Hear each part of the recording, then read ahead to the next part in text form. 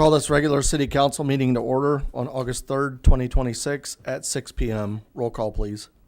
Mr. Anderson? Present. Mr. Bateman? Present. Mr. Becky? Present. Mrs. McCullen? Present. Mr. Parrott? Present. Mr. Clemens? Present. Mrs. O'Donoghue? Present. Please stand for the Pledge of Allegiance.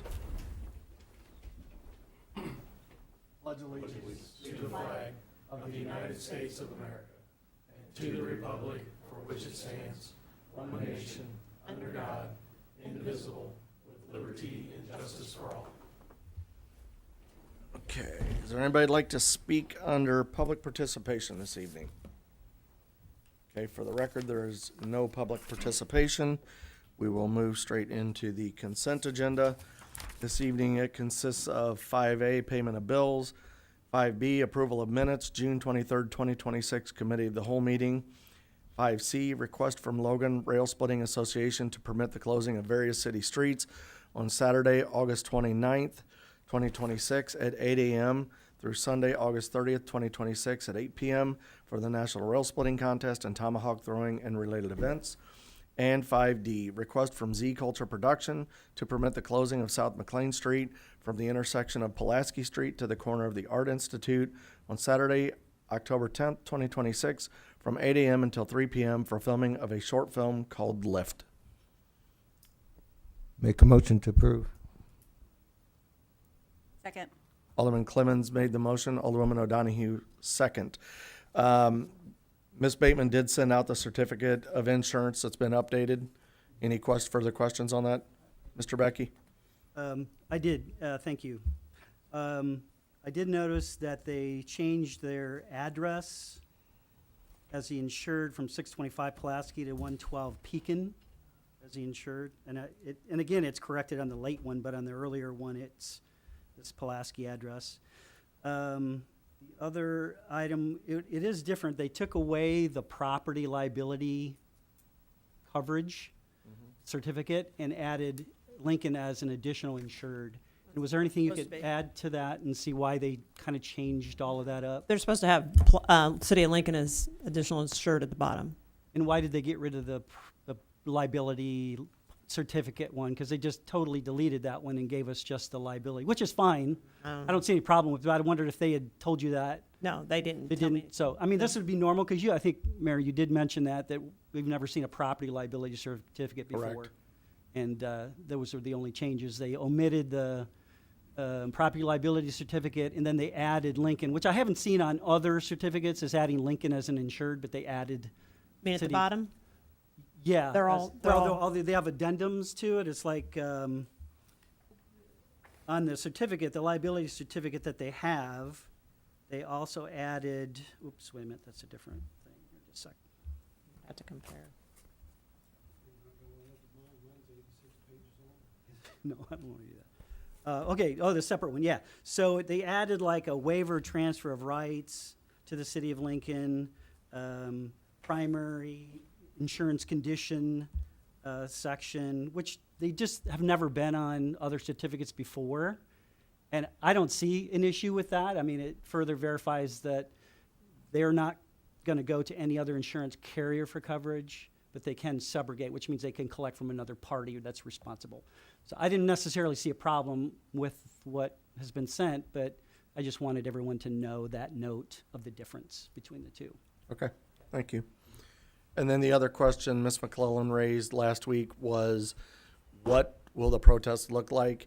It'll essentially be signs. They'll be holding signs and they'll be speaking loudly, like you might see at an actual protest. There will be no projectiles, rocks, bricks, grenades or otherwise.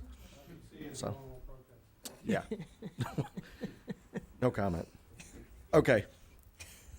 Any further discussion on the consent agenda items? Okay, roll call, please. Mrs. O'Donoghue? Yes. Mr. Anderson? Yes. Mr. Bateman? Yes. Mr. Becky? Yes. Mrs. McCullen? Yes. Mr. Parrott? Yes. Mr. Clemens? Yes. Okay, next up is item 9A, approval of economic development grant to Sacred Armor at 414 Pulaski Street for roof replacement repair in an amount not to exceed $7,500. Alderman Bateman, second. Discussion? Roll call, please. Mr. Bateman? Yes. Mr. Becky? Yes. Mrs. McCullen? Yes. Mr. Parrott? Yes. Mr. Clemens? Yes. Mrs. O'Donahue? Yes. For any reason, this agreement will automatically be terminated. Okay. Any other discussion? Roll call, please. Mr. Anderson? Yes. Mr. Bateman? Yes. Mr. Becky? Yes. Mrs. McCullen? Yes. Mr. Parrott? Yes. Mr. Clemens? Yes. Mrs. O'Donahue? Yes. Okay.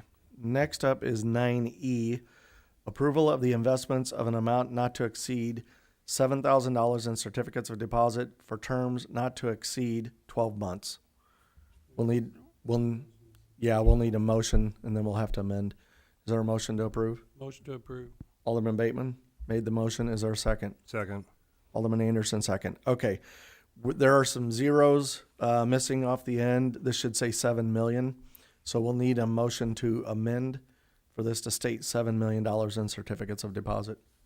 Mr. Conzo? One other thing, and yeah, if you want to do this in a separate amendment, you can, or, as part of the same amendment. Talking with the banks, at least one of them would like to have it in the minutes, the names of to include the names of the signers on the certificates, which, as with all the other bank accounts, loans, CDs, would be the mayor, the city clerk, and the city treasurer, and they would like that stipulated in the minutes. The only way that I can think of to do that is included in the amendment, or in either the same amendment or in a different amendment. Let's do two amendments. The first one to correct the amount, and then the next one to stipulate the signers. Okay, so is there an amendment on the amount? I'd like to make a motion to amend 9E to say $7 million versus what is on the agenda. Okay, is there a second? Second. Okay, Mr. Anderson made the motion to amend, and Ms. O'Donahue second. Any other discussion on that amendment? Roll call on the amendment, please. Mrs. O'Donahue? Yes. Mr. Anderson? Yes. Mr. Bateman? Yes. Mr. Becky? Yes. Mrs. McCullen? Yes. Mr. Parrott? Yes. Mr. Clemens? Yes. Okay, now do we have a motion to amend for the signers? I move to amend all signees' signatures on the deposit. Can you state the three The names? mayor, for- the treasurer, and the clerk. Okay. Second. Right. Mr. Parrott made the motion to amend. Mr. Clemens second. Mr. Conzo, is the amendment adequate? Because Mr. Parrott stated role, not names. Are you okay with that? Maybe it might, I would think so, but just to be sure, maybe to have the name, the title and the person's name, just, and not for our purposes, but for the bank, because I don't. Okay. How Would long you- are these certificates for? Because if something would happen and the name would change, then we got to come back and vote again. 12 No, months. up to 12 months. The 12, and if that were to happen, you would, yeah. Mr. Parrott, would you? But I would like to clarify. Well, do we? Yeah. I think we need Mr. Clemens to take back his second, Take back the second. and now Mr. Parrott can take back his and then restate his amendment. I would recall my amendment, and then I would like to create another amendment to include all signatures, to include Mayor Tracy Welch, City Clerk Peggy Bateman, and Treasurer Conzo, Chuck Conzo. Okay, perfect. And now, is there a second? Okay, Mr. Parrott made the amendment, and Mr. Clemens second. Any other discussion on this? Okay, roll call on the amendment, please. Mr. Clemens? Yes. Mrs. O'Donahue? Yes. Mr. Anderson? Yes. Mr. Bateman? Yes. By Chief Meister and Street Superintendent Landers. So that's what I was really basing. I mean, my instinct was no stop signs there, but then it was kind of updated, and it was, approved on what they said. It made sense. Then I had time to think about it, and even after they had listened to all of our going back and forth in discussions, pros and cons, they both are still, after all these hours of us going through this, still said no. So I look at it as wise counsel, and I rely on everybody here for wise counsel for me to help me make a decision. That's why I I'm I guess encouraged by Mayor Welch on asking questions. I don't know if Chief knows exactly where on Elm Street those accidents occurred. Did it happen between 8th and 9th, 9th and 10th, all the way from 8th to Woodlawn? Did it happen on South Elm? I'm not for sure. And then also with fewer conflict points, better pedestrian safety. So South Elm is more dangerous to travel on for pedestrians than North Elm.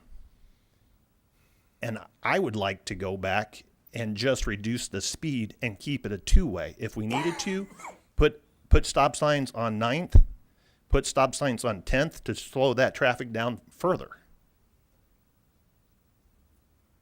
That's it. Ms. McClellan, was just my thoughts. Chief Meister. I was given a task to conduct a study based on a resident's complaint, or several residents' complaints regarding safety in the 2-block section of Elm Street between 8th and 10th. What that study revealed is that that section was not that dangerous. It frankly is not.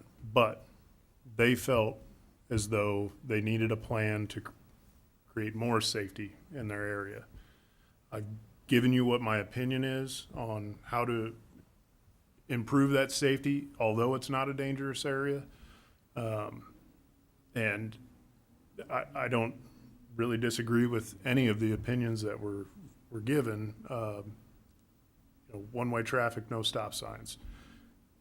Let it be what it is already, because it's not that dangerous. I don't disagree with either. But placing signs out there that say slow children playing in the area, stop, the speed limit's 10 miles an hour, is not going to change behavior. Chicago outlawed guns. Think about how that went. That's all I have to say. Well, it doesn't really sound like there was much of a behavior issue. We had 4 accidents and we had some speeding, so it didn't seem like there was a behavior issue.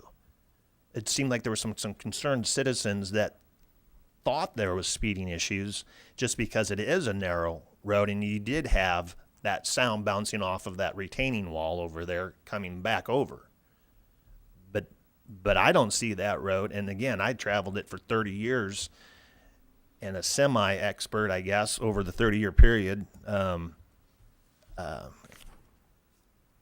the only thing that I ever saw with an issue was more of the pinch point, as far as vehicles getting kind of close if the speed was going. And we're not really, we kind of addressed it perhaps with the one-way.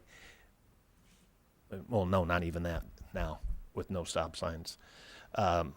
So my recommendation is we can put the slower speed limits in there, but keep both travel both directions, because again, it's less dangerous than South Elm potentially, because you can't see kids in between cars running out, and it's less than 18 feet when you got cars parked on both sides. The only thing that slows them down are the stop signs through those streets, and that's if they're not running them or anything like that. I get your point. So it could be even more dangerous. This has got to have a lot of weight on the decision what happens. Obviously, we've heard it: 4 accidents, 10 years, minimal speeding. I don't know if there really is an issue and a problem there. We could probably look at other intersections and other streets in town, and I bet you the numbers would skyrocket when you talk accidents and speeding. Also, I know Superintendent Landers did some measuring down there and some work. I think that us as a council, we need to understand that those guys are our experts. Those are our guys. The road has been there decades, century. I don't know. Maybe someone could tell me how long it's been there. Used to be a busier area down there when there was a hospital in that neighborhood. So I could only assume the traffic has probably reduced since the hospital's not there. I personally, my thought is that we ought to just leave the road the way how it is. The studies have been done. It's been proven that it is not a accident area. It is not a speeding area. Leave everything alone. We've already heard that you could put up all the signs you want. Slow, children playing, one way, stop, speed limits. the drivers have to obey the laws, and if they're not going to obey them, it doesn't matter how many signs you have up there. My thought is just leave Elm Street the way it was to begin with. Chief? Just quickly to address something Alderman Parrott brought up and Alderman Anderson also alluded to, the crash data that we pulled when we did that traffic study. All 4 of those crashes occurred between 8th and 10th Street. 2 of them were personal injury accidents. 2 of them were property damage accidents. I didn't do a study on South Elm because it wasn't even a thought at the time in comparison. I know that one of them was a bicyclist that came out of an alley without stopping. I know that because I handled that when I was a sergeant on night shift. The other ones I couldn't tell you much about, but I wanted that to be known for your consideration when you make a decision. Ms. McClellan? The only thing that I wanted to add is the houses are really, really close to the road, so it may, it's louder and it probably seems faster, or maybe, I can't say, but they're really close to the road, so it may be even a little more intimidating for people that they see the speeding, and it's more intimidating because, but like I said, I yield to our department heads, and so whatever they think is best. Any other discussion? Okay. Mr. Becky? For clarification, Mayor Welch, we're voting on stop signs, not the one-way, anything related to the one-way. We're voting only on the stop sign placement, either not or yes, putting them in the place at 10th Street and Elm. That's what we're correct. voting on. We're not voting on anything one-way. And another thing, the clarification on the north and south Elm, I am, if this is right, Chief, that the south Elm that I'm thinking about is south part of Elm. The actual narrow part that we're referring to, the one-way, that would be south, and the north would be that part leading up to Woodlawn? No, Is that sir, north? that is incorrect. Yeah, The entirety of Elm Street from 8th all the way up to Woodlawn is North Elm Street. Alderman Parrott was referring to South Elm Street, which extends from 5th. Correct? Yes, that's correct. Yeah, next week's cow would have to be a motion to reconsider. So it would have to be a motion to reconsider the whole thing, because it would have To to remove the one-way. remove the one-way, and it would have to remove the stop signs. Well, if the stop sign vote fails tonight, Then that means the stop signs are still gonna be there. Well, the stop sign, the vote tonight is only to postpone the placement of stop signs, not eliminate them. It's in the agenda item as that's what I'm stated getting that at. way. If tonight's fails, next week on the cow, we can bring up a motion to reconsider the one-way, and then on the following week, vote to go back to the way it was. Correct. I don't want to speak out of turn here, but I imagine that you could make a motion to abolish the ordinance. Is that correct? Mr. Attorney Hoblet? Hoblet? Yeah, so a motion to reconsider is typically done within the same meeting or in the next voting meeting thereafter. And it has to be brought up by somebody who voted in favor of it. Mr. Chief Meister is accurate. While you guys were talking, I was just wanting to make sure I was looking that up. But yes, you'd be moving to abolish, in essence, revoke the ordinance that was previously passed. So. It wasn't, it was changes to an existing ordinance, correct? Yes, it was. Okay, so it'd revoke those changes. Mr. Parrott? I still would like to see the 25-mile-an-hour sign there change that we made. So when we talk about that later, and then also, Walt, is it possible to finish off the sidewalk, create the sidewalk there for the house and a half or whatever it is on Elm that does not have sidewalk? We can address the sidewalk, yes.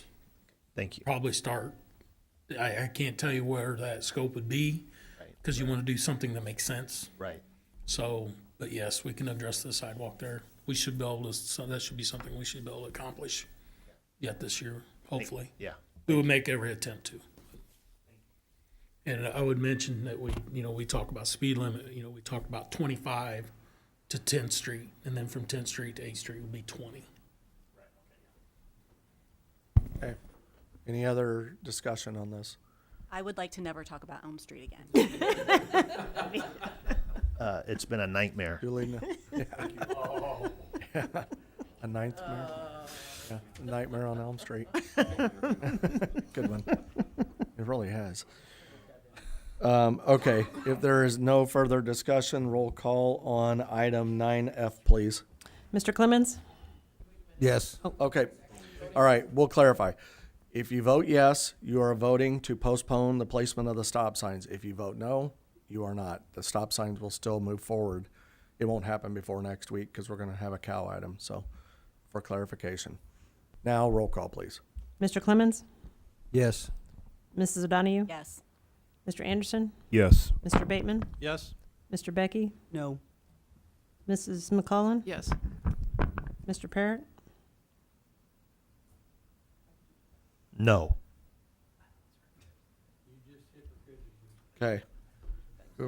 So, then the stop signs will be postponed. Can't change your vote. You can't change your vote. I'm sorry.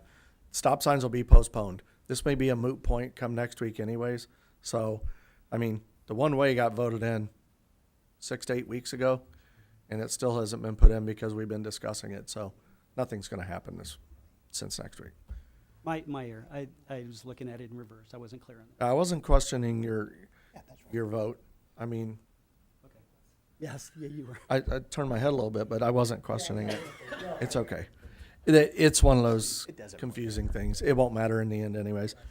Okay, moving on then to item 9G, approval of the installation of playground equipment at the 8th Street Park at a cost not to exceed $10,000. This was tabled on July 6th, 2026. So moved. Is there a motion to remove it from the table? It's tabled, so we have to have a motion to Make a remove it. Is motion to remove it from the table. there a second? Well, second. Okay, Mr. Bateman made a motion to remove the item from the table. Mr. Parrott, second, removing the item from the table. Is there discussion on this topic? Mr. Anderson? Which playground equipment are we talking about? Which This will- version? Huh? No, huh? We haven't voted. Table, Oh, for the table? or we can talk about it. Roll call on the table, please. Mr. Parrott? Yes. Mr. Clemens? Yes. Mrs. O'Donahue? Yes. Mr. Anderson? Yes. Mr. Bateman? Yes? Mr. Becky? Yes. Mrs. McCollum? Yes. Now, hold on, do we need to have a vote to approve? Now that it's been removed from the table? We can have discussion. Okay, so I'll call in here a second. So the grant will still be approved. There was a question about that. And the additional funding would cover the cost of the 2-lane zip line that was requested by Mr. and Mrs. Bateman. So there was an additional cost as to what Ms. Metelko had spec'd out. So that's what this item would cover. My question is this. I believe that cost was more than $10,000, correct? Yeah. So we would have to amend the 10,000 up. It was seven I don't some. have that document with me. Yeah. Do you? She just said it when she was here. I believe it was like 17,000. I was gonna make an amendment to raise it to 20, not to exceed 20. Mr. Conzo? Thoughts? Okay. Would that have to go into appropriations to come up with that money? We appropriate stuff all the time. You'd have to amend the appropriation. Okay. Okay, so, Mr. Bateman, are you making a motion to amend the item to not exceed 20,000? Yeah, I'm making a motion to, on G, not to exceed $20,000. Okay, is there a second on his? Second. Okay, Mr. Bateman made the motion to amend, Mr. Parrott second. Further discussion? Mr. Bateman? I do want to point out that, and Mr. Downs isn't here, but Mr. Welch sat in on that meeting, and so did Mr. Landers, that the placement of this equipment is in line with the Master plan? master plan for the Commons. Because there's Yep. going to be a The name hospital. change. the A Street lot.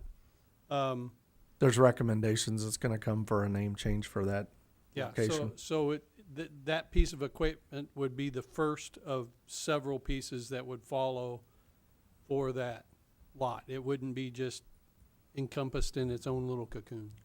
Okay, Mr. Anderson. Yeah, Treasurer Gonzo, just, you were not here last week, and I just would like to clarify, the funds for this, where would these funds be coming from? And is this something that was, already budgeted? this line No, item, or it- is this just something that's came up? And This we're is just spending? something that was added later, so we're gonna have to find it by amending the appropriation somewhere. And I'm not sure why we're going to 20,000. That really wasn't clear to me, but It wasn't budgeted because we didn't know they were going to offer us the grant. That's why we didn't budget for it. I the believe- 10,000 matches the grant, doesn't it? No. No, it would have covered the additional amount on top of it for the original equipment. Okay. So as Mr. Bateman said, the other equipment costs a little bit more. So that's why he's making the motion. He doesn't intend to spend the whole 20,000, but it covers that amount that is needed for the zip line equipment. Do we know how much that is? I'm trying to look it up. Dennis and I think it's just under $8,000. I think it was 17,000.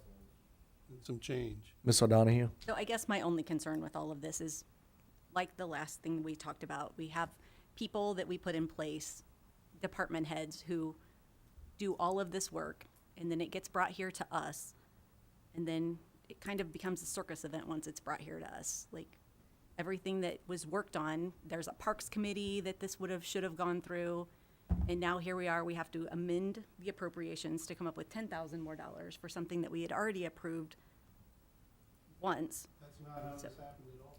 Well, it seems that that's kind of how it all happened. That is not how this happened. We suggested this piece of equipment that I'm asking to amend, and she But brought. you suggested it, correct? You and Peggy suggested it, it wasn't something that Ashley had worked on something completely different and brought to us. No, there was a grant, never mind. If you're gonna shrug and not wanna listen to how it actually happened, if you weren't in the room or you weren't part of it, you might wanna listen to people that were. Well, So, I mean, so I would think that the people who were, we wouldn't be sitting here now having to redo appropriations. It would have been brought to us the first time with the correct amounts to us the first time, not something was brought to us and now something else is being brought to us. Yeah, just, let's let them do what they want. Don't put up nothing. So, we worked through the committee. We did what was proper. A piece of equipment that was brought forward that was not discussed. So we amended it to find the piece of equipment that was brought forward. That's the way it happened. If you want to put up any piece of equipment, I don't care. Well, but I- don't care at all. Remove me from the park committee. It doesn't matter anymore. We work toward this stuff, and then when we go to vote, we nickel and dime the things that citizens actually can use or see or want or need, and we spend money on stuff that they complain about. So it don't matter anymore. But I want to be very clear. Ms. Matoko did what she was asked to do. I asked her to keep the cost of the equipment low.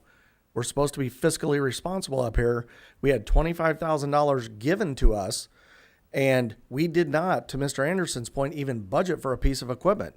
So I saw that as an overage that was outside the budget. So I did instruct her to be cost effective when she was searching for that. So I want to make sure that it's put out there. She did what she was asked to do. It didn't work out the way that it had been intended, but she did what she was asked to do by me. Mr. Becky? I do remember it started being an overage of 7,000, and then there was the discussion of the type of zip line. So that was more or less So- Yeah, more like a kid's zip line, and we wanted a better one. So then it grew to 10, and now, and I agree, it's growing to 20 now. And to be, I'm a fiscal conservative on this. I pinch my pennies. So even when it's not my money, I still look at why. And again, I look to those department heads to say, okay, like Mr. Conzo, and to ask, where is this coming from? it actually is something that's going to come out of appropriations, but where in appropriations and that process. So I see how, too, I agree with, Alderman O'Donoghue that it's escalated, and there was reasons for that escalating, but it has gone from 7,000 to not to exceed to 20,000 not to exceed. So I see that rationale too. Okay, so the first amount the reason it's on there is 10,000 is because what Ms. Metelko scoped out was $34,809.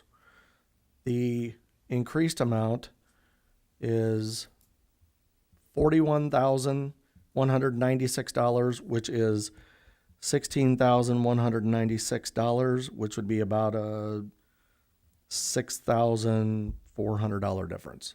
That's the numbers. Mr. Conzo? So, Conzo and then Mr. Anderson.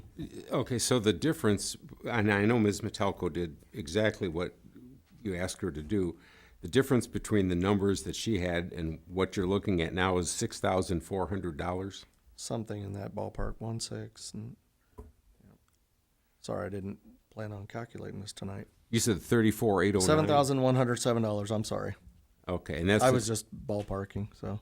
okay, and that's the difference between the 34,809 and the 41,196. So the 10,000 would have given a buffer of about under $200 for the original piece of equipment. And we need another $7,000 to approve the additional piece of equipment, so that Mr. Bateman's not to exceed 20,000 would cover the $16,196 difference. How do we get to 16? $41,196 minus 25,000. If you reference the- 25,000 is the amount of the grant. you reference I the- see. Okay, I was taking the 34,809 Yeah. from 41. Yeah, reference the email dated July 22nd at 12:31 from Ms. Metelko. She gives all the detail about this. It was roughly $10,000 was the initial 34,809. The grant was for 25,000. So there's where the first 10,000 came from. Correct. Then there was the additional 2-line zip line that came in, which comes to an additional approximately $7,000, give or take, on top of the 10 that we're going to have to come up with. The 25 still stayed the same from the grant. Correct. So it was going to be closer to 17,000, give or take some change. Then why would we go to 20,000 if we need 17,000? Because we need mulch around it and some other stuff. Well, yeah. It's putting a contingency in, is what it is, Mr. Conzo. I don't think that they anticipate spending that additional money, which is not uncommon. We do that. Okay, so Mr. Bateman made an amendment, and there was a second with Mr. Parrott to amend the amount to not to exceed $20,000. Any further discussion on that? Okay, roll call. Mr. Anderson. Excuse me, sorry. Just to clarify, this is for the double zip line, not for the single zip line, correct? That is what's driving this request, yes. Yes, thank you. Okay, Just want to clarify. okay.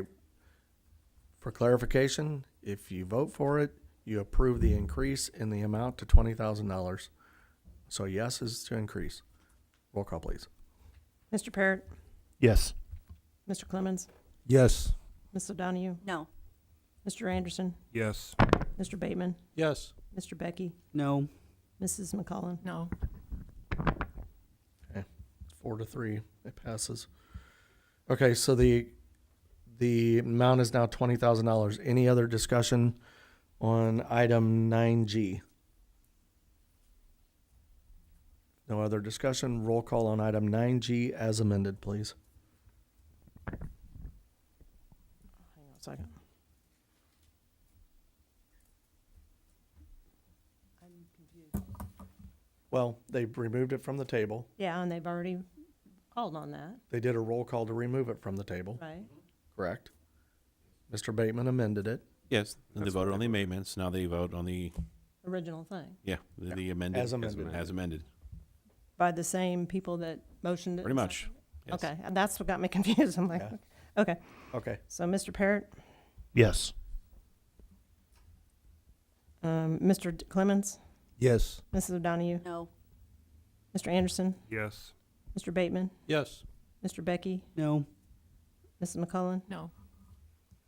Okay, 4-3, it passes. Okay.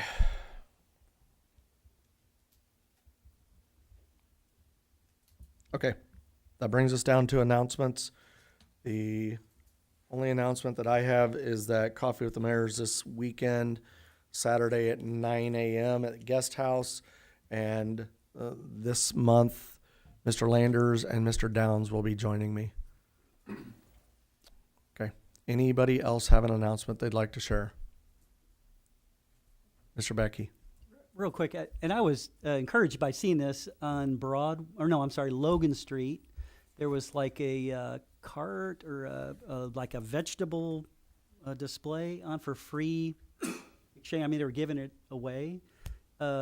Is that any type of issue? Can anybody do that as long as it's free for like Giving produce away and- produce? Yeah, yeah. Is there any need for a permit or anything like that? I mean, I think it's a great thing that Oh, they can do it, haven't but they? I didn't know if there was a. From the city perspective, it's not an issue. The health department may have a concern. That's what I was going to say, Mayor. The only thing that you'd be prohibited from doing by city ordinance would be like selling it on a sidewalk or something like that. Again, then the health department's a whole different animal, and Yep. I don't know what they do. I believe prepared food is when you start getting into like food handler's license. If you're preparing food, you have to have food handler's license. I I think there's an ordinance that specifically deals with produce stands, and it's in the same section that I was talking about with the sidewalk sales and things like that. I don't know it off the top of my head by heart.